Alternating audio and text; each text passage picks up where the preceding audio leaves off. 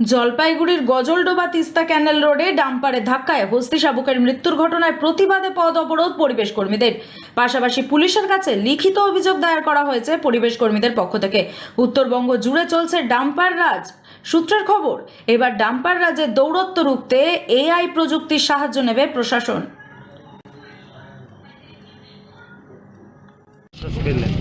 আজকে আমরা এই যে হাতিটা 3-4 দিন আগে মারা গেছে, যেখানে ওই ডাম্পারের ধাক্কায় আমাদের এই মিলনপল্লীর আশপাশ এরিয়াতে সাবেরাজ মারা গেছে।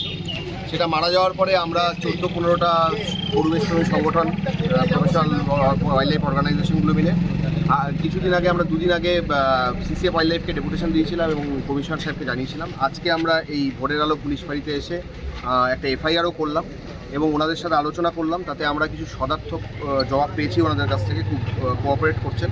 ওনারা অলরেডি জানালেন যে ঘাতক ডাম্পারটিকে ওনারা অলরেডি আজকে অ্যারেস্ট করেছেন একটু আগে, এবং ডাম্পারটি স্বীকার করেছে যে সেই ঘটনাটা তারা ঘটিয়েছে।